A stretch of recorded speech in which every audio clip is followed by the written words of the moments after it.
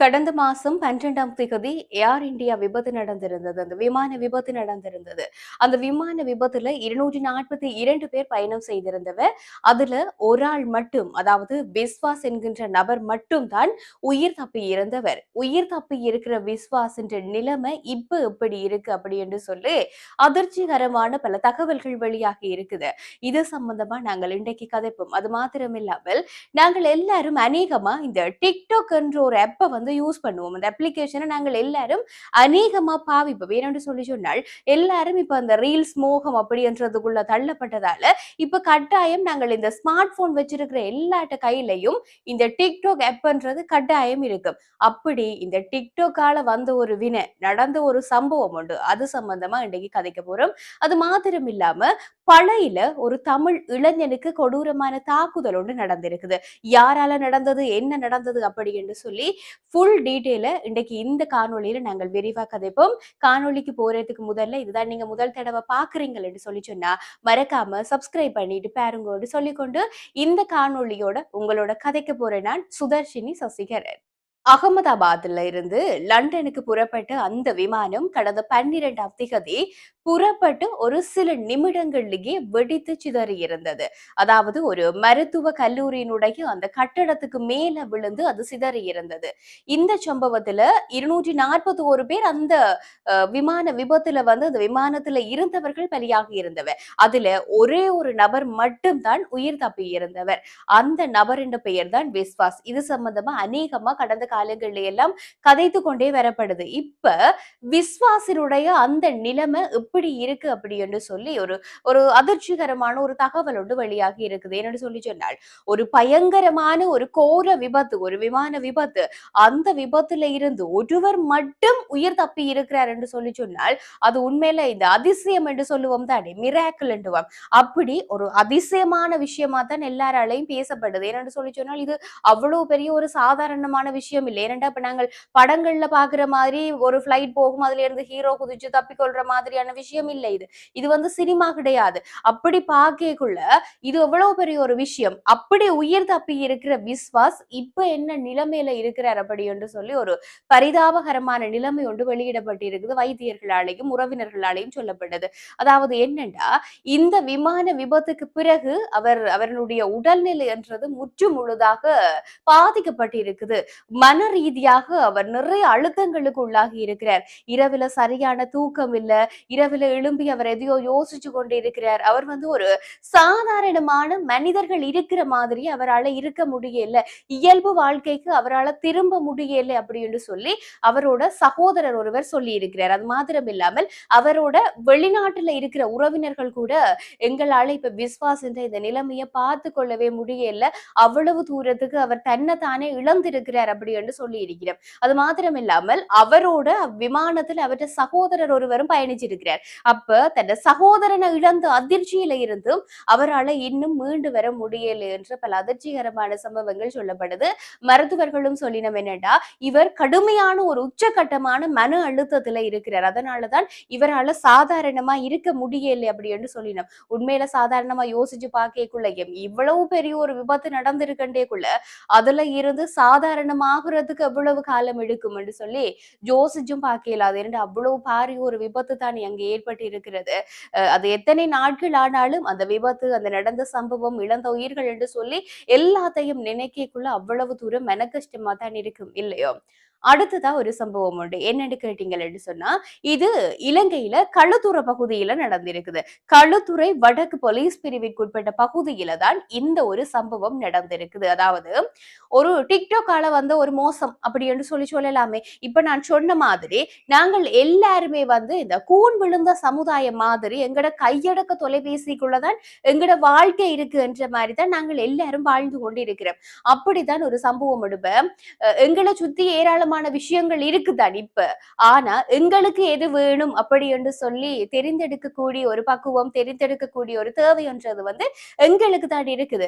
அதையும் பிறகு குறிப்பா பார்த்தோம் என்று சொல்லி சொன்னால் இப்ப இந்த பள்ளிக்கூடம் படிக்கிற பிள்ளைகள கையில இருக்கிற போன்ஸ் தான் அதிகமா இருக்குன்னு என்ன கேட்டா நான் சொல்லுவேன். காரணம் என்னன்னா இப்ப இந்த ஆன்லைன் கிளாஸ்ன்றது வந்ததுக்கு பிறகு எல்லாட்ட கையிலையும் மொபைல் தான். அப்படி இருக்கேக்குள்ள களுத்துறை வடக்கு பகுதியில ஒரு மாணவி ஒருவர் பள்ளிக்கூடம் போய் படிச்சு கொண்டு வர பாடசாலை மாணவி ஒருவர் இருக்கிறா. இவர் என்ன செய்யறா, கடந்த ஜனவரி மாசம் தன் டிக்டாக் ஆப்ல வந்து ஒரு ஃப்ரெண்ட் ஒரு ஆள பிடிக்கிறா. அதாவது ஒரு இளைஞர் ஒருவரோட ஒரு பழக்கம் ஒன்று ஏற்பட்டது இவாக்கு.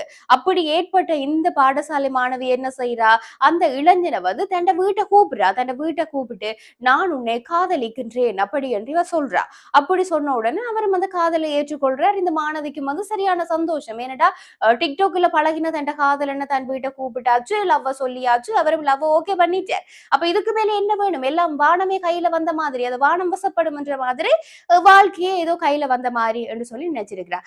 அப்படி அந்த பிள்ளை வந்து ஒரு தனிப்பட்ட ரீதியில மட்டும் இந்த விஷயத்த செய்யல. இதுக்கு அடுத்ததான் சம்பவங்கள் இருக்கு. அதாவது வீட்ட கூப்பிட்டாச்சு, ப்ரொபோஸ் பண்ணியாச்சு, காதலும் ஓகே பண்ணியாச்சு. அடுத்த கட்டம் வந்து தன்னோட அப்பா, அம்மாட்ட வந்து அறிமுகப்படுத்தி வைக்கிறா அந்த இளைஞன.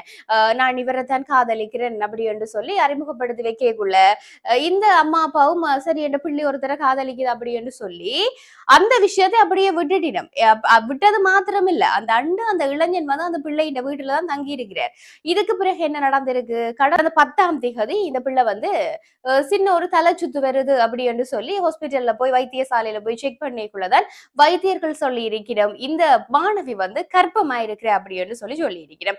அதுக்கு பிறகுதான் சம்பவத்தை பார்த்தா இவர் வந்து இந்த டிக்டாக் காதலனோட பழகித்தான் இப்படி வந்து கர்ப்பமாகி இருக்கிறா. அதுக்கு முக்கியமான காரணம் வந்து என்னன்னு கேட்டால் வீட்டுல வந்து தாய் தந்தையரும் அந்த காதலுக்கு ஓம் என்று சொல்லி இருக்கிறோம். அதுக்கு பிறகு இந்த காதலன் வந்து இந்த சிறுமியினுடைய அந்த மாணவியினுடைய வீட்டுல வந்து தங்கி இருக்கிறார். அப்ப அதுக்கு பிறகுதான் தேடி பார்த்தா அந்த டிக்டாக் காதலன் இப்ப எங்க போனாருன்னே தெரியல, தலைமறைவாகிட்டார். இது இந்த சம்பவம் தொடர்பா அந்த மாணவிக்கு அந்த விவரங்களை கேட்ட போலீசார் வந்து போலீசாருக்கு அந்த சிறுமி அந்த மாணவி சொல்லி இருக்கிறா, எனக்கு அவரை பற்றி எந்த ஒரு தகவலும் தெரியாது, டிக்டாக்ல மட்டும்தான் எனக்கு அறிமுகமாகி இருக்கிறார், அவற்றை பேரோ அவற்றை இடமோ அவரை பற்றி எனக்கு எந்த ஒரு விஷயமும் தெரியாது அப்படின்னு சொல்லி இருக்கிறார். இந்த நிலையில வைத்தியசாலையில இப்ப அந்த சிறுமி சிகிச்சை பெற்றுக்கொண்டு வாரா. அந்த டிக்டாக் காதலிட போலீசார் வலை வீசி தேடிக்கொண்டு இருக்கணும். சிக்குவாரா சிக்க மாட்டாரான்றதெல்லாம் இரண்டாம் பட்சம். இப்ப இதுல என்ன பிரச்சனைன்னு பாத்தீங்கன்னா, டிக்டாக்ல அந்த பிள்ளை வந்து காதல் வயப்பட்டு ஒருவரை வந்து வீட்டை கூட்டிக் கொண்டு வருது. அந்த பிள்ளை தான் கேடத்தனமா எந்த ஒரு விவரமும் கேட்கல, காதலிச்சுட்டு ஒரு 15 வயசு பிள்ளைன்னு சொன்னா வீட்டை கூட்டிக் கொண்டு வரைக்குள்ள இந்த இவ்வளவு பெரிய ஒரு தாய் தகப்பனுக்கு ஒரு அறிவு இல்லையா? ஏனென்றா ஒரு தினம் கூட்டிக் கொண்டு ஒரு பிள்ளை வருதுன்னு சொல்லிக்கல அதுல பின்புலம் என்னன்னு சொல்லி அறியிற இல்லையா? அப்ப இதுல யாருல பிள்ளை அப்படி என்று சொல்லி தெரியல. அப்படிப்பட்ட ஒரு சமுதாயத்துலதான் வாழ்ந்து கொண்டிருக்கிறோம்ன்றது சரியான கவலை. பார்த்து கொண்டிருக்கிற நீங்கள் எல்லாரும் கட்டாயமா ஒரு டிக்டாக் யூசர்ஸா தான் இருப்பீங்க, பயனாளர்களா இருப்பீங்க. அப்படி இருக்கீங்களா உங்களை சுத்தி என்ன நடக்குதுன்னு சொல்லுங்க. ஆசைக்கு உங்களை பற்றி ஒரு 2 வார்த்தை அழகா புகழ்ந்து கதைச்சிட்டா அந்த மாய வலைக்குள்ள விழுந்து உங்களோட வாழ்க்கையை சீரழிச்சு கொள்ளாதீங்கன்றதுதான் உச்சகட்டமான ஒரு விஷயம். அடுத்தது ஒரு சம்பவம் உண்டு. என்னன்னு கேட்டீங்கன்னு சொன்னா இது எங்க நடந்திருக்கட்டா, எங்களோட தமிழர் பிரதேசத்துல நடந்திருக்குது, பளை பிரதேசத்துல வந்து நடந்திருக்குது, வண்ணார்கேணி பகுதியில தான் நடந்திருக்குது. இந்த வண்ணார்கேணி பகுதியில இளைஞர் ஒருவரை வந்து ஒரு 4 பேர் வந்து நாங்கள் போலீஸ் புலனாய்வாளர்கள் என்று சொல்லி உங்கள்ட்ட விசாரணை எடுக்கணும் வாங்கன்னு சொல்லி ஏத்தி கொண்டு போயிருக்கிறோம். அப்ப அந்த இளைஞன் சொல்லி இருக்கிறார், என்ன விசாரணை நான் பெறமாட்டேன் என்று சொல்ல இந்த 4 பேரும் வந்து வலுக்கட்டாயமா மோட்டார் சைக்கிள்ல ஏத்தி கொண்டு போயிருக்கிறோம். அந்த 4 பேரும் வந்து இந்த போலீஸ் என்று சொல்லி அடையாளப்படுத்துற டி-ஷர்ட்ஸை வந்து 4 பேரும் போட்டிருக்கிறோம். போட்டவை வந்து என்ன செய்யணும், வலுக்கட்டாயமா இந்த இளைஞனை மோட்டார் சைக்கிள்ல ஏத்தி கொண்டு ஒரு இடத்துக்கு கொண்டு போயிடும். கூட்டி கொண்டு போனவை வந்து அந்த இளைஞனை சர மாரியா தாக்கிட்டு ஒரு இடத்துல கொண்டு வந்து விட்டுட்டு போயினும். அதுக்கு பிறகு அந்த இளைஞன் பழைய வைத்தியசாலையில அனுமதிக்கப்படுறார். என்னத்துக்காக இந்த சம்பவம் நடந்ததுன்னு சொன்னாலாம், இந்த பாதிக்கப்பட்ட இளைஞன் நண்பர் ஒருவர் வந்து முகநூல்ல விடுதலை புலிகள் அமைப்பினர் சார்பாக பல பதிவுகளை போட்டிருக்கிறார். அப்ப போட்டவர் இப்ப தலைமறைவாகிட்டார். அந்த பதிவுகளை போட்டவர் எங்கு அப்படி என்று சொல்லித்தான் இவரை கேட்டு அடிச்சு விட்டுட்டு போனதாகவும் சொல்லப்படுகின்றது. இவர்கள் வந்து தங்களை போலீஸ் புலனாய்வாளர்கள் என்று சொல்லித்தான் தன்னை ஏத்தி கொண்டு போனதாகவும் அந்த டி-ஷர்ட் அணிந்திருந்ததாகவும் சொல்லப்படுகின்றது. இப்ப இந்த விஷயம் சம்பந்தமா பழைய போலீசார் விசாரணையை ஆரம்பிச்சிருக்கிறோம். யார் கூட்டிக் கொண்டு போனது, இதுக்கு பின்னில் என்ன சம்பவம் இருக்குன்னு சொல்லி எல்லாம். ஆக இன்றைக்கு நாங்க இந்த காணொலியில இந்த விஷயங்களை பற்றி எல்லாம் கதைத்து இருக்கிறோம். இது தொடர்பான உங்களோட கருத்துக்களையும் என்னோட பகிர்ந்து கொள்ளுங்க. தொடர்ந்தும் கதைப்போம். நன்றி உறவுகளே.